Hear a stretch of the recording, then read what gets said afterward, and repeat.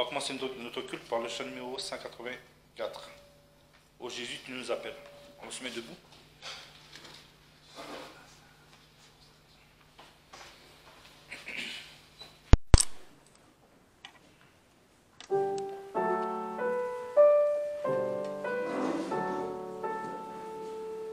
Toujours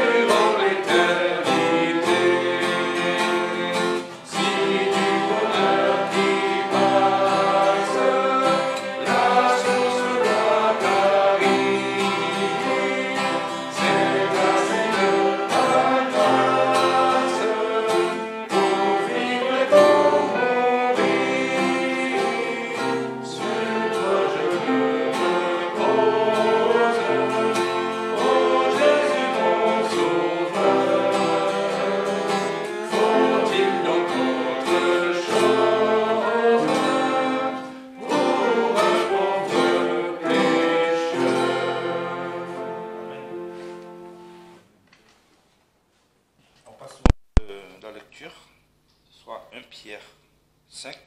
Je demande à Jean-Claude, tu peux le lire. Je prie les anciens qui sont parmi vous, moi qui suis ancien avec eux, témoins des souffrances de Christ et participants de la gloire qui doit être manifestée.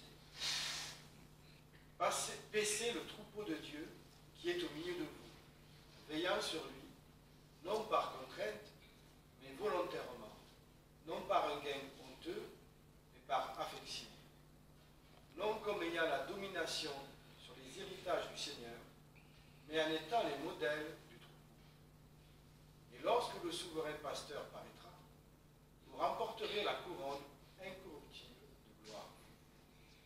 De même, jeunes gens, soyez soumis aux anciens, et vous soumettant tous les uns aux autres, revêtez-vous d'humilité, car Dieu résiste aux orgueilleux, mais il fait grâce aux humbles.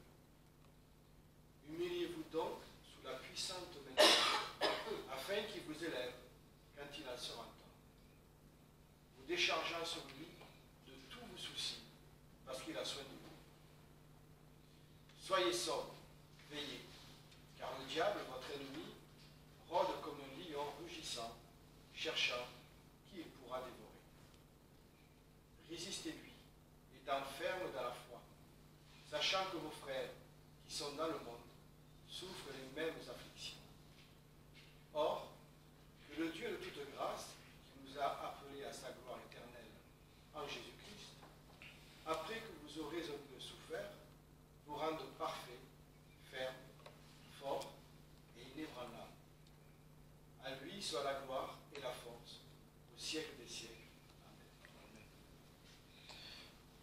De ce passage, Je vous ai écrit un peu de mots par Sylvain, qui est, comme je l'estime, un frère fidèle, vous exhortant et vous assurant que la vraie grâce de Dieu est celle dans laquelle vous demeurez ferme. La communauté des élus qui est à Babylone, Marc, mon fils, vous salue. Saluez-vous les uns les autres par un baiser de charité. La paix soit avec vous tous, qui êtes en Jésus-Christ. Amen. Dans ce texte, il y a trois passages, trois trucs qui se dégagent. C'est le devoir du pasteur ou des pasteurs, l'humilité et la vigilance et la fermeté de la foi et les salutations. Voilà. Merci le Seigneur pour ce passage. On va passer au chant suivant, le 302. Écriture, je vous aide. Amen.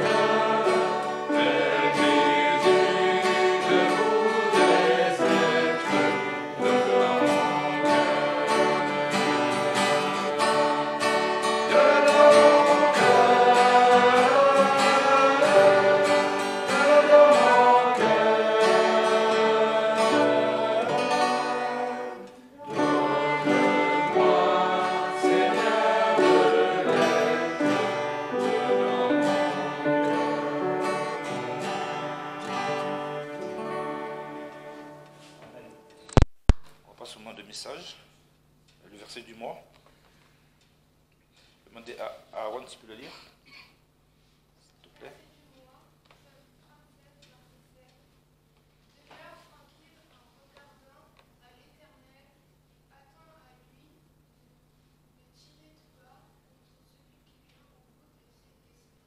Amen. Merci Seigneur. Numéro 161.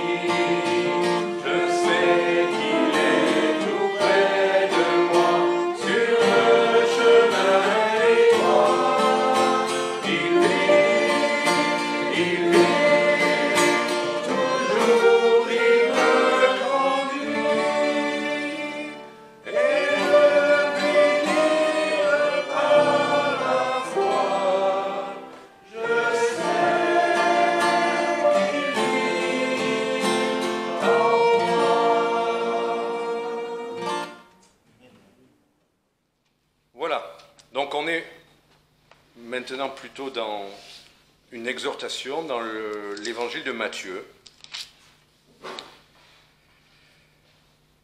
Ce que j'apprécie dans nos échanges, c'est qu'on voit qu'on vit tous avec nos propres existences, nos propres responsabilités, on vit tous des choses avec le Seigneur.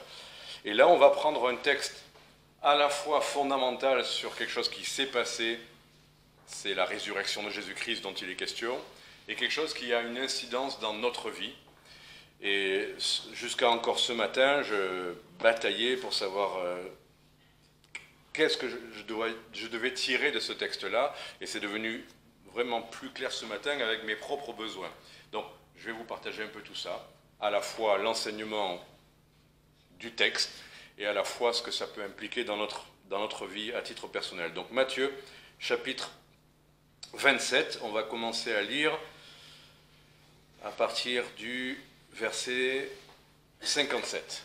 Donc, Matthieu 27, chapitre 27, verset 57. Donc, on est là dans le temps où Christ a été crucifié, il est mort, et nous le savons, Christ est ressuscité, mais les hommes ne le savent pas encore. Donc, on va prier, et ensuite on va ouvrir ce texte ensemble. Seigneur, je te remercie de ce que tu es vivant, que c'est de ta vie de ressuscité, effectivement comme nous l'avons chanté, dont nous vivons. Et Seigneur, pour vivre ta vie de ressuscité, il a fallu que tu meures, que tu portes nos péchés, que tu expies nos fautes, pour que non seulement nous ayons le pardon, la grâce, mais aussi que nous puissions recevoir ton esprit éternel, avoir la vie éternelle. Merci de ces promesses, merci de ce que tu as fait en nous, de ce que tu es vivant en nous, de ce que nous sommes scellés.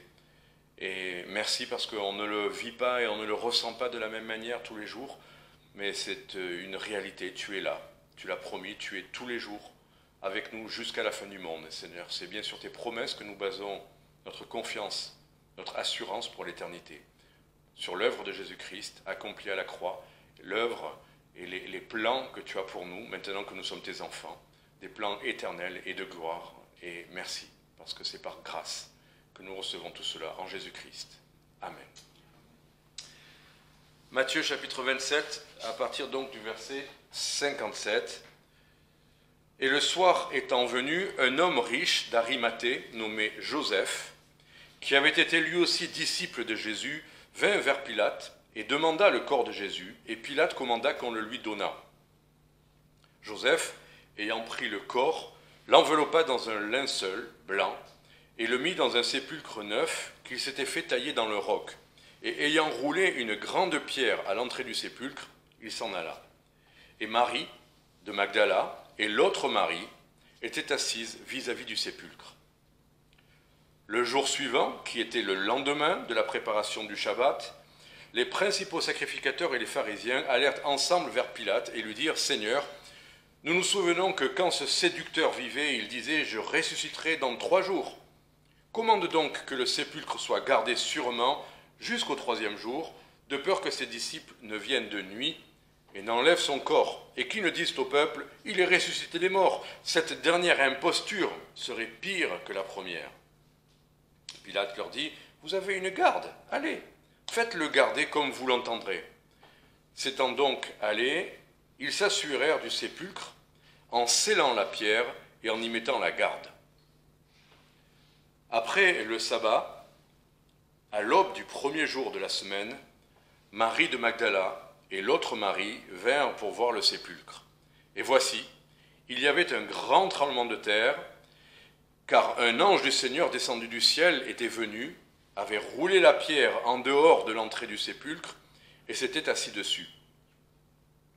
Son visage, verset 3, de toute façon je le lis si ça paraît pas. Là on est dans le 28, verset 3, voilà. Son visage était comme un éclair et son vêtement blanc comme la neige. Et dans leur frayeur, les gardes avaient tremblé et étaient devenus comme morts. Et l'ange, prenant la parole, dit aux femmes, « Pour vous, ne craignez point, car je sais que vous cherchez Jésus le crucifié. Il n'est pas ici, car il est ressuscité, comme il l'avait dit. Venez, voyez le lieu où le Seigneur était couché. Et partez promptement, et dites à ses disciples qu'il est ressuscité des morts. Et voici, il vous devance en Galilée, là vous le verrez, je vous l'ai dit. » Alors elles sortirent promptement du sépulcre, avec crainte et avec une grande joie, et elles coururent l'annoncer à ses disciples. Mais comme elles allaient pour le leur annoncer, voici, Jésus qui vint au-dedans d'elles en leur disant, « Je vous salue. » Et elles s'approchèrent et lui embrassèrent les pieds et l'adorèrent. Alors Jésus leur dit, « Ne craignez point. Allez et dites à mes disciples, à mes frères, de se rendre en Galilée, c'est là qu'ils me verront. » Je m'arrête là. Il y avait après l'épisode des soldats qui revenaient auprès des pharisiens. Mais donc, quel est le fil conducteur de cette histoire? Pour moi, c'est bien sûr toujours la personne de Jésus-Christ. Il vient de mourir, et un homme bien intentionné, un de ses disciples, Joseph, d'Arimathée, fait tout ce qu'il peut pour honorer la dépouille de Jésus-Christ, le corps mort. Il s'intéresse à ce corps mort et il l'amène, il lui met un linceul blanc, il le met dans un sépulcre neuf, et c'était certainement un sépulcre de grand prix parce qu'il se l'était fait tailler dans le roc, et donc il ferme la lourde et grande pierre à l'entrée du sépulcre et il s'en va. Il a voulu honorer la mort, la dépouille de quelqu'un de grand et d'honorable. L'intention était bonne, mais Jésus n'allait pas rester là. Donc il avait bien préparé, fait tout ce qu'il fallait pour ce corps, mais Jésus n'allait pas rester dans ce sépulcre. Intéressant, juste je relève des petits détails au fur et à mesure. Les deux qui sont là, qui assistent à ça, sont nommés à 2 reprises. Qui sont-elles? Marie et Marie. Sauf que, petit détail intéressant, il y a la tournure de phrase. L'écrivain met Marie de Magdala en premier et l'autre Marie. L'autre Marie, c'est bien sûr Marie, la mère du Seigneur. Il aurait pu dire, et la mère du Seigneur, la Sainte Marie, ou je ne sais quoi, comme elle est parfois appelée, la Reine du ciel. Elle est juste appelée l'autre Marie. Donc dans la pensée du Seigneur, elle a beau avoir été celle qui l'a portée pour sa naissance, celle qui l'a accompagnée, celle qui est restée fidèle, elle est là mise au niveau de tous les disciples, elle est l'autre Marie. Mais elle est là tout de même, et ça c'est précieux aussi de savoir que le Seigneur quand même la considère comme elle l'a dit elle-même, la bassesse de sa servante, elle est malgré tout présente et elle est au bénéfice de la grâce de Dieu. Donc continuons. Donc c'est au moment où Joseph met la dépouille dans le sépulcre, et un peu plus loin, on voit que finalement, ceux qui l'ont mise à mort se posent des questions, et là on voit vraiment l'opposition, l'acharnement, on pourrait dire, de ceux qui ne veulent pas que Jésus règne sur eux. Et même, c'est étonnant parce qu'il n'a dit que des paroles vraies, des paroles de bienveillance, des paroles d'amour. Il les a repris, mais en vérité. Et voilà comment il l'appelle, verset 63, « ce séducteur. Un séducteur qui accepte d'être suspendu à la croix, c'est un drôle de séducteur. Celui qui séduit les gens, qu'est-ce qu'il y aurait gagné? Il y a gagné le rejet, le mépris, la haine et la mort. Et un peu plus loin, même au verset 64, il est question d'une imposture, donc séducteur et imposteur. Voilà comment il le considérait et il voulait le faire passer. C'est étonnant comment le Seigneur Jésus, qui n'a voulu que du bien à tout le monde, peut être appelé séducteur et imposteur encore aujourd'hui. Quand nos frères, pendant le partage, faisaient état des chrétiens qui souffraient pour leur foi, des fois, les chrétiens ne sont que, comme Jésus a dit, s'ils m'ont persécuté, ils vous persécuteront aussi. Et s'ils vous persécutent, c'est moi qu'ils persécutent à travers vous. Et si nous passons parfois pour des séducteurs et des imposteurs, c'est assez terrible parce qu'on n'a qu'un désir, c'est que les âmes soient sauvées. Si on veut leur parler, c'est pas qu'on veut enrôler pour une secte, c'est pas qu'on veut gagner leur salaire, c'est pas qu'on veut y gagner quoi que ce soit, on veut juste leur salut. Et pourtant, on peut passer parfois pour des séducteurs et des imposteurs, mais c'est contre le Seigneur qu'ils en ont, c'est après lui, à travers nous aussi, parce qu'ils ne veulent pas. Voilà, la lumière a brillé dans les ténèbres, et les ténèbres ne l'ont pas reçue, parce que leurs œuvres étaient mauvaises. Et donc finalement, cette disposition de cœur à dire tellement de mal injustifié sur Jésus-Christ, à dire tellement de mal, peut-être parfois un peu justifié, mais beaucoup sont des calomnies sur les chrétiens, et bien, tout ça, c'est juste parce qu'ils ne veulent pas du Seigneur qui conduit leur vie, et qu'ils ne veulent pas changer leurs œuvres mauvaises. Voilà ce qu'il en est. Et donc l'acharnement, là, des pharisiens, des principaux sacrificateurs, qui vont voir Pilate, c'est « on veut que cette histoire soit réglée une fois pour toutes ». On l'a mis à mort, ça devrait suffire, mais ils se sont rappelés qu'il avait même dit qu'il allait ressusciter. Donc, ils imaginent que les disciples qui se sont enfuis vont d'un coup être super courageux et venir prendre sa dépouille pour faire croire. Là encore, c'est une théorie complotiste, on veut faire croire que ces chrétiens-là allaient encore continuer dans la séduction et dans l'imposture et bâtir quelque chose sur un mensonge. Donc, bien sûr que ce sont des fausses intentions, les disciples n'étaient pas du tout capables ni de ce plan-là, ni n'en avaient la capacité, ni le courage même. Mais quoi qu'il en soit, pour régler une fois pour toute cette affaire, il dit, bon, on ne sait jamais, laissez-nous mettre une garde, et ils mettent des soldats du temple, en l'occurrence, ce ne sont pas des soldats romains, et il s'assure, verset 66, il s'assure du sépulcre en scellant la pierre. La pierre était lourde déjà, mais là il la scelle. Alors je ne sais pas ce que ça veut dire exactement, il y a deux sens possibles, il y a les sceaux, un sceau, bon. Et puis il y a l'idée de sceller littéralement une pierre, mettre du ciment, enfin, ou mettre quelque chose. Ça aussi c'est possible, ça se faisait d'ailleurs pour les sépulcres. Quoi qu'il en soit, ils font ce qu'il faut pour qu'on ne parle plus de cette histoire. Voilà. Une fois pour toutes, on met le couvercle dessus et c'est terminé pour eux, on ne veut plus en entendre parler. Et il en est ainsi de ce que la société aujourd'hui encore veut qu'il reste de la foi biblique, de la foi chrétienne et de la personne de Jésus-Christ. Une fois pour toutes, on veut régler cette histoire, on ne veut plus en entendre parler, on veut notre manière de vivre, on veut continuer à faire ce qu'on veut faire et on veut mettre un couvercle dessus. Et il y aura ce qu'il faut pour empêcher les chrétiens de parler, pour empêcher la foi biblique de rayonner. Et on va nous traiter de séducteurs et d'imposteurs, etc., etc. Il faut s'attendre à être mal compris. Et en voulant le bien des gens, on va nous accuser de tous les maux. Mais c'est comme notre Seigneur, et c'est normal. Être traité de séducteurs et d'imposteurs alors qu'on veut juste que les gens soient sauvés.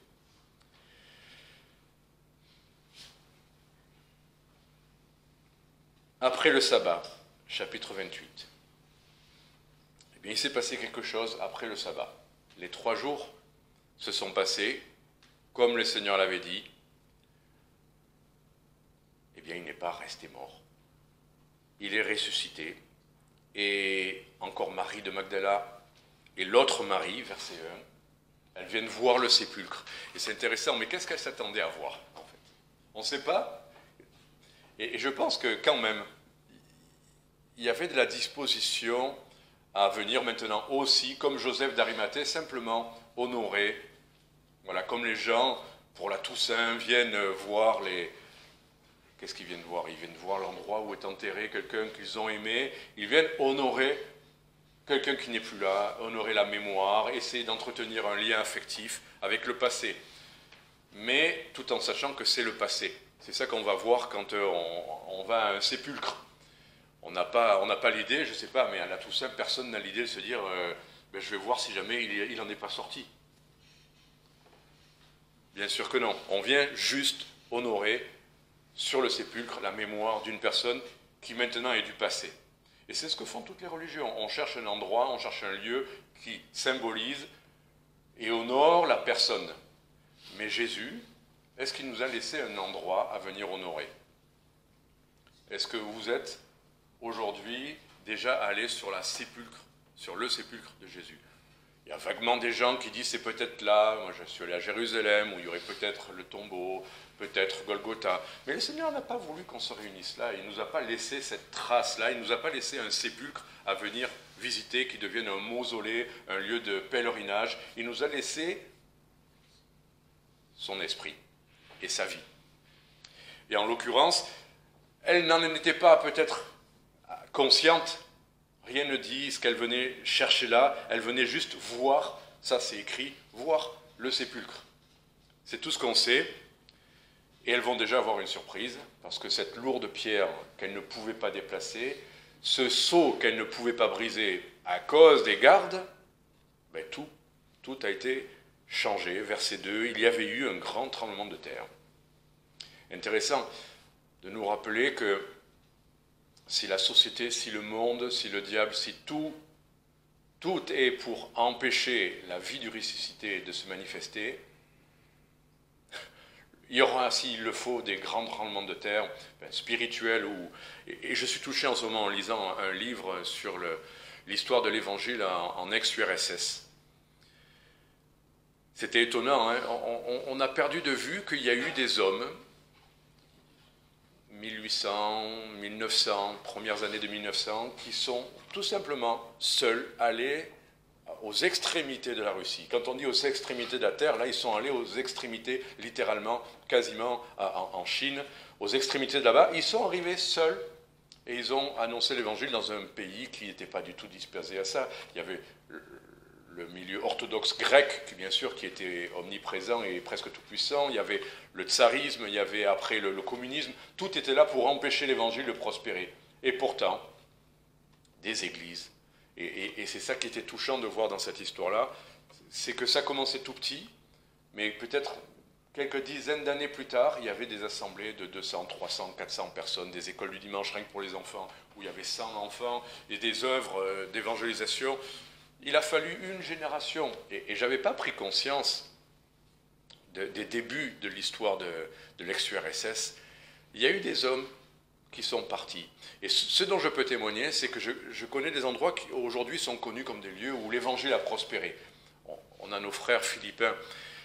Ben, aujourd'hui, il y a des églises aux Philippines, nombreuses, hein, dans presque toutes les petites îles, dans les grandes villes. Mais j'ai eu le privilège de rencontrer quelqu'un qui est allé comme missionnaire, docteur Larry Clayton. Je ne sais pas si vous vous souvenez, à Aix, un soir, il était venu, nous a rendu visite, un vieux monsieur. Enfin bon. Et cet homme, il y est allé quand il n'y avait pas d'église, quand c'était censé être un milieu très catholique ou autre, mais il n'y avait pas d'église biblique, baptiste, évangélique. Et aujourd'hui, vous allez aux Philippines, vous en trouverez à tous les coins de rue. Les églises aux Philippines soutiennent le ministère, nous soutiennent personnellement. Vous imaginez des gens qu'on n'a jamais connus, ben c'est ces églises-là qui pourtant ne vivent pas dans la prospérité, dans la richesse, qui nous soutiennent. Ben, il n'y a même pas une génération, un homme, deux hommes, qui ont traversé l'océan, qui sont allés vivre là-bas. Et une génération plus tard, il y a ce travail-là dont on peut encore rendre témoignage aujourd'hui et qui porte du fruit encore aujourd'hui. Pareil pour la Corée du Sud, pareil pour plein d'endroits. Et c'est ça qui est extraordinaire de se dire, quand Dieu agit, il fait un grand tremblement de terre spirituel. On fait des petites choses, nous, on va faire ça, on va faire ça. On accepte peut-être d'aller dans un endroit tout seul, comme Crime. Et bon, ils sont 2-3 missionnaires, je crois, quand même, qui sont allés là-bas. Mais lui, il a l'intention d'aller non seulement à Mayotte, mais aussi aux Comores, enfin dans les autres îles. Et on n'imagine pas à quel point ce grain de blé qui tombe en terre et qui meurt pour l'Évangile porte du fruit. Et qu'est-ce qui fait que ça porte du fruit? Oui, il y a un grand et beau message, malgré tous les efforts de tous pour faire taire, comme là-bas c'est l'islam qui persécute, c'est l'islam qui veut empêcher la propagation de l'Évangile. Mais quels que soient les efforts, quand Dieu agit, il y a un grand tremblement de terre. Et la pierre est roulée, ce qui empêche le ressuscité de paraître, la pierre est roulée. Tous ces murs de raisonnement, ces doctrines qui semblent empêcher l'Évangile de briller, le Seigneur peut les renverser. Toute cette opposition, tous ces efforts pour couvrir l'Évangile, pour l'empêcher de briller, n'empêche pas le Seigneur de le faire briller s'il l'a décidé, ou il a décidé. Et donc là, la pierre, il y avait un ange, bien sûr il faut des hommes ou des femmes qui font leurs efforts pour annoncer l'Évangile, qui persévèrent. On pourrait dire que ce n'est pas grand-chose, ça pourrait s'éteindre, mais si le Seigneur appuie ce travail-là, si ce qui a été semé est vraiment l'Évangile, le Seigneur peut faire cette œuvre surnaturelle qui nous dépasse, de faire croître la semence et de faire paraître ceux qui ne paraissaient pas à nos yeux, des églises qui apparaissent là où on pensait qu'il n'y avait que la mort. Et là, l'ange a fait ce qu'il fallait, les gardes tremblent, comme on voit souvent les persécuteurs. Voilà, dans tous ces pays-là, les persécuteurs deviennent les futurs croyants, ils tremblent de voir la manifestation du Dieu vivant et tout-puissant. Verset 5, et l'ange parle aux femmes. Là maintenant on revient auprès de ceux qui cherchent, qui sont disposés, qui sont des disciples, qui cherchent. Et là le Seigneur, enfin l'ange en tout cas, dit, pour vous, ne craignez point, car je sais que vous cherchez Jésus le crucifié. Alors j'aime bien cette phrase, parce que, en fait, il aurait pu leur dire, mais quoi, vous n'avez pas la foi, Jésus vous avait dit qu'il allait ressusciter, et vous n'êtes pas venu chercher le ressuscité, vous ne cherchez que le crucifié, vous ne cherchez que celui qui est mort, alors que Jésus vous a dit qu'il aurait pu faire une remarque sur ce qui manquait à leur foi, mais il avait vu ce qu'il y avait de bon dans leur foi. Le Seigneur, bon ça peut être une exhortation pour nous, on pourrait dire, il y a bien des manques dans notre foi, bien des manques dans notre pratique. Et le Seigneur les voit, bien sûr, mais qu'est-ce qu'il nous dit? Il nous dit, ne craignez pas, parce que vous cherchez le crucifié. Étonnamment, ils vont trouver le ressuscité. Ils vont trouver le ressuscité, et on va le voir venir, mais ce que le Seigneur apprécie déjà, c'est qu'on cherche le crucifié. Parce que si on a trouvé le crucifié, on a tout trouvé. Elles sont peut-être venues, sans trop savoir, vers le sépulcre, mais au fond, elles cherchaient le crucifié. C'était lui qu'elles cherchaient. C'était, malgré tout, lui à travers ce sépulcre qu'elles cherchaient. L'application pratique pour nous, le Seigneur nous dira toujours, ne craignez point si vous cherchez le crucifié. On pourrait être très spirituel, et j'ai entendu ça littéralement, dans une église, une fois où je suis allé, charismatique, parce qu'il y avait une sœur de l'église où j'étais, qui avait été invitée là-bas, et je n'ai pas voulu la laisser aller seule, alors je suis allé lui faire la surprise de m'asseoir à côté d'elle, dans l'église, le jour où il est allé. Elle était surprise, mais les prédicateurs charismatiques étaient surpris aussi de me voir, parce qu'on était les irréductibles Gaulois qui résistent au mouvement. Ils sont venus me voir, ils m'ont promis une grande soirée de miracles et de spectaculaires. Il n'y a rien eu tout ça, en fait ils étaient tout penauds après de s'excuser qu'il n'y a rien eu de spectaculaire. Mais il y en a un littéralement qui m'a dit, oui, vous prêchez Jésus le crucifié, mais nous on a dépassé ça. On prêche l'amour du Père. Comment on peut dissocier l'amour du Père de Jésus le crucifié. Quand Dieu nous parle de l'amour du Père ou le cœur du Père, de quoi il nous parle? Dieu a prouvé son amour envers nous en quoi? En ce qu'il pourvoit à tous nos besoins et il nous rend riches et victorieux sur cette terre. Il a prouvé son amour envers nous en ce que lorsque nous étions des pécheurs, Christ est mort pour nous. Qu'est-ce qu'on a de mieux à dire que l'amour de Dieu manifesté en Jésus-Christ? Quand on cherche l'amour de Dieu, l'Épître aux Éphésiens nous parle de la largeur, de la hauteur, de la profondeur, et il dit « et connaître l'amour de Christ ». Pourquoi dans 1 Corinthiens chapitre 2, verset 2, il est dit « Je n'ai pas eu la pensée de savoir parmi vous autre chose ». Il parle à des chrétiens que Jésus-Christ est Jésus-Christ crucifié. Pourquoi il n'aura pas dit « Je n'ai pas eu la pensée de savoir parmi vous autre chose que Jésus-Christ ressuscité ». Jésus est vivant. Parlons de Jésus ressuscité. Et pourtant, s'adressant à des chrétiens, il leur dit « Je n'ai pas eu la pensée de savoir parmi vous autre chose que Jésus-Christ et Jésus-Christ crucifié. » Pourquoi ça? Parce qu'on ne trouvera jamais la vie du ressuscité ailleurs qu'en Jésus crucifié. Si vous voulez une vie de ressuscité, de puissance, de victoire, de réussite, de prospérité, et que vous la cherchez dans un Jésus ressuscité qui vous échappe, vous ne la trouvez en réalité que là où Jésus est crucifié. La vie du ressuscité se manifeste là où Jésus, mort à la croix pour nos péchés, qui nous offre sa grâce. Lorsqu'on vient à ce message-là, même en tant que chrétien, c'est là où on trouve la vie du ressuscité. Ça ne sera pas ailleurs. Et si on vous parle d'une vie de ressuscité sans Jésus le crucifié, ne vous intéressez pas à ça. Ne vous intéressez même pas à tous les livres qui parlent de cette vie et de cette vie et de cette vie, mais la vie, vous ne la trouvez que dans le crucifié. Et nous ne la trouvons que dans le crucifié, parce que tout est là. C'est comme s'il fallait, pour que jaillisse une source, qu'on vienne à l'endroit en profondeur où jaillit cette source. On ne la trouvera pas ailleurs. On ne trouve la vie de ressuscité que dans la mort du crucifié. Voilà pourquoi l'ange dit pour vous, ne craignez point, je sais que vous cherchez Jésus le crucifié. Et si vous faites tous vos efforts dans votre vie chrétienne, malgré les difficultés, malgré vos faiblesses, malgré nos faiblesses, mais si vous cherchez encore Jésus le crucifié, vous êtes à la bonne place. Vous cherchez celui dont vous avez besoin.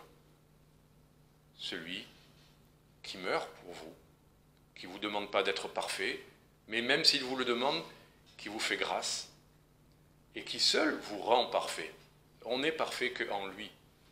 Il y aura toujours des péchés en nous, toujours des choses qu'on n'a pas faites. Et si vous pensez que vous en avez fait assez parce que vous vivez d'une vie de ressuscité, il n'y a pas un moment où on peut dire autre chose que la grâce de Dieu et la mort de Christ pour nos péchés. On n'a rien de mieux à vivre ou à proposer aux gens qui nous entourent. Voyez, il est ressuscité, c'est vrai, et il n'est plus là. Il n'est plus dans le sépulcre. On n'a pas besoin d'aller quelque part.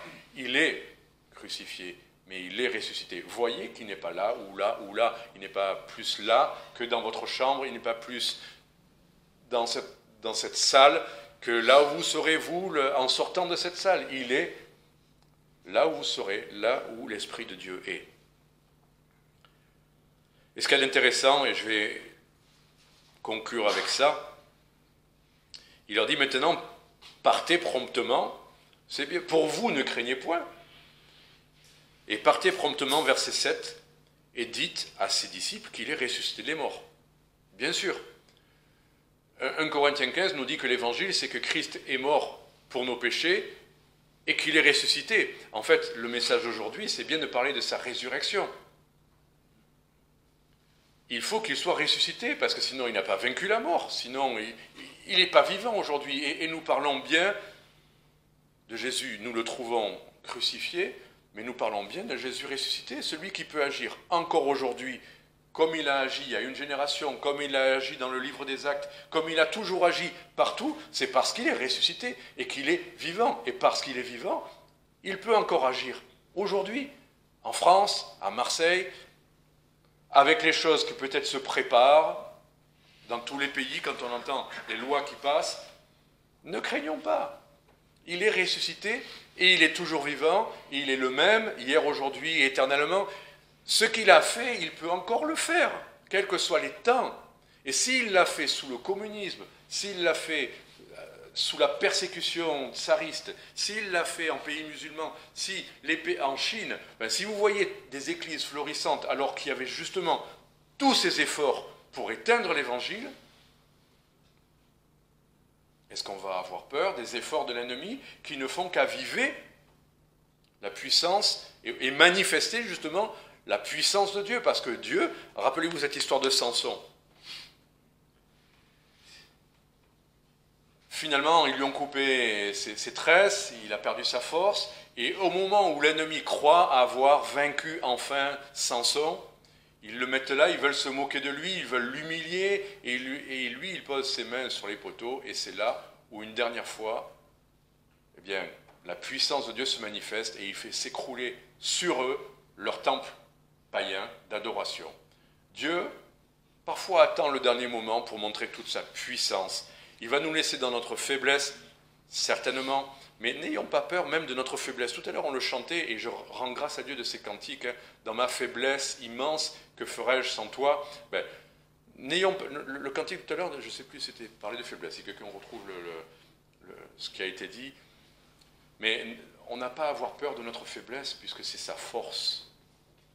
On n'a pas à avoir peur des moments de dénuement, où on aurait l'impression qu'on va être écrasé. On n'a pas à avoir peur de cela, parce qu'on croit dans un Dieu vivant, on croit dans un évangile qui a sauvé et qui sauvera encore, qui est appelé l'évangile éternel, qui sera prêché même pendant les temps de la tribulation, qui sera glorifié même au ciel. Tu as retrouvé le cantique, c'est ça?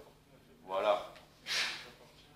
Qu'importe, tout à l'heure avec ma guitare, je me trouvais fatigué, tout ça, et je vois, qu'importe ma faiblesse, puisque je t'appartiens. Qu'importe notre faiblesse, puisque nous lui appartenons, non? Il nous a rachetés par son sang.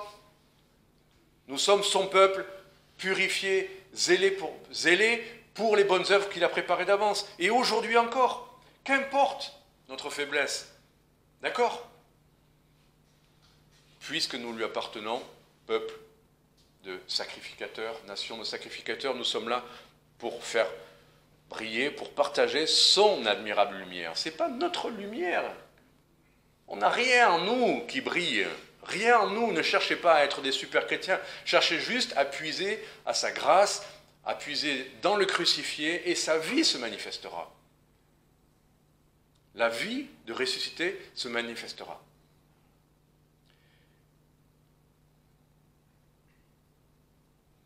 Alors, verset 8, elles sortirent promptement du sépulcre. Ça va, on a compris. Il n'est pas là. Elles peuvent sortir du sépulcre avec crainte et avec une grande joie. Il y avait un peu les deux. La crainte, parce que quand même, un Dieu tout-puissant et ressuscité, ça devrait provoquer en nous une certaine crainte, mais en tout cas avec joie. Mais, il y a un petit mais, verset 9, mais pour une fois, ce n'est pas un mais négatif, je trouve que c'est un mais additionnel. C'est comme si Dieu nous faisait une grâce supplémentaire. Elles allaient parler du ressuscité qu'elles n'avaient pas vu, elles l'avaient cru, mais l'ayant cru, Jésus vint au-devant d'elles en leur disant « Je vous salue ». Et elles lui embrassèrent, elles s'approchèrent, elles lui embrassèrent les pieds et l'adorèrent. Elles partaient juste annoncer ce qu'elles avaient reçu comme message, et elles l'ont rencontré lui. Elles ont pu s'approcher, elles ont pu le toucher, et elles ont pu l'adorer. Si vous cherchez Christ crucifié, ne craignez rien. Si vous voulez annoncer Christ crucifié et Christ ressuscité, allez-y avec joie et avec crainte de voir le Seigneur agir. Dans notre quotidien, chaque jour, si vous voulez annoncer, vous aurez des occasions. Si vous remettez votre journée au Seigneur, on n'aura pas besoin d'avoir des trucs pour savoir accrocher les gens. Le Seigneur offre les possibilités, parce que c'est son but de sauver les âmes. Donc il va nous donner. Et je vous racontais la semaine dernière, mais quand je suis monté à Paris, je n'ai fait que « Seigneur, je te remets ma journée ». Et puis c'est lui qui m'a fait rencontrer, c'est lui qui a ouvert ma bouche. On n'a pas besoin d'être des professionnels du contact ou de l'évangélisation, on a juste une vie de ressuscité et on doit la laisser se manifester. Être prêt aux bonnes œuvres, être prêt à ouvrir notre bouche, sortir avec joie, sortir le matin avec une certaine crainte, mais avec joie pour annoncer Jésus-Christ. Et gloire à Dieu, c'est que dans notre perplexité parfois, dans notre faiblesse, qu'il faut partager avec notre quotidien, ça ne veut pas dire que vous vous sentirez des superman et des super-héros jusqu'à la fin. Vous allez diminuer physiquement, ne vous inquiétez pas, c'est le temps qui passe. Mais peu importe, qu'importe notre vieillissement, qu'importe nos limitations, qu'importe notre faiblesse, puisque lui peut se manifester. Il y a des fois des petites bougies, quand on les a éteintes, il ne reste plus qu'un petit bout noir là. Des fois, on ressemble à ça, des petits bouts noirs. Et puis le Seigneur remet sa flamme dessus.